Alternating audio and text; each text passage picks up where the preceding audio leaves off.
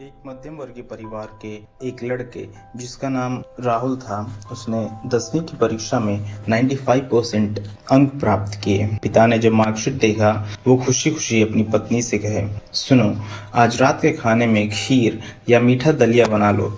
School की परीक्षा में हमारे राहुल को 95% मिले। माँ किचन से दौड़ती हुई आई और बोली, सच? मुझे भी दिखाइए, मेरे बच्चे की कामयाबी की पर्ची है। ये सुनते ही राहुल फटाक से बोला, क्या पापा, किसे रिजल्ट दिखा रहे हो? क्या वो पढ़ लिख सकती हैं? वो तो अनपढ़ हैं। माँ की आंखों में आंसू आ गए। अपने पल्लू से पोंछते हुए वो चुपचाप किचन में दलिया बनाने चली गई। लेकिन ये बात पिता ने सुन ली और देखी भी। फिर उन्होंने राहुल के कहे हुए वाक्यों में जोड़ा और कहा, हाँ बेटा, सच कहा तुमने। जानते हो, जब तुम गर्भ में थे तो तुम्हारी माँ को दूध पीना बिल्कुल पसंद नहीं था, लेकिन माँ ने तुझे स्वस्थ बनाने के लिए हर दिन 9 महीने तक दूध पिया। क्योंकि तेरी माँ तो अनपढ़ थी ना, इसलिए तुझे सुबह 7 बजे स्कूल जाना होता था। इसलिए वो सुबह 5 बजे से उठकर तुम्हारा मनपसंद नाश्ता और डिब्बा तैयार करती थी। जानता है क्यों? क्योंकि वो अनपढ़ थी। इसलिए जब तुम रात को पढ़ते पढ़ते सो जाते थे तो वह आकर तुम्हारी कॉपी और किताब बस्ते में भर कर रख देती थी। फिर तुम्हारे शरीर पर चादर उड़ाकर ढक देती थी और उसके बाद ही सोने जाती थी। जानते हो क्यों? क्योंकि वो अनपढ़ थी। बचपन में तुम ज्यादातर बीमार रहते थे, तब वो रात भर जागकर तुम्हारी देखभाल करती थी और सुबह जल्दी उठती थी और काम पर लग जाती थी।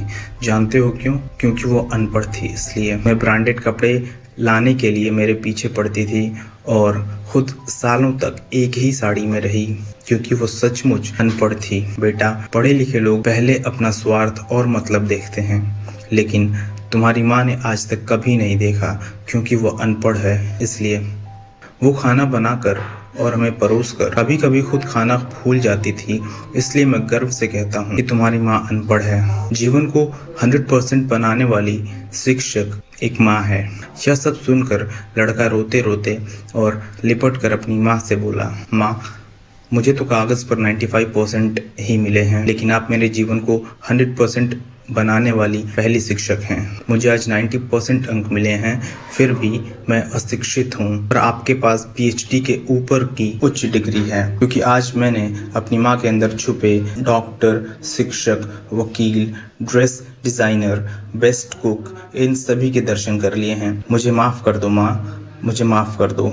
राहुल रोते रोते बोल रहा, हाँ, मेरी माँ अनपढ़ है, मगर दुनिया की बड़ी से बड़ी डिग्रियां भी मेरी माँ के आगे केवल एक रद्दी कागज़ पर हैं, क्योंकि दुनिया का प्रत्येक सफल इंसान एक माँ की देन है। ये कहानी अगर आपको अच्छी लगी तो एक लाइक कीजिए और कमेंट में अपने विचार बताइए। धन्यवाद।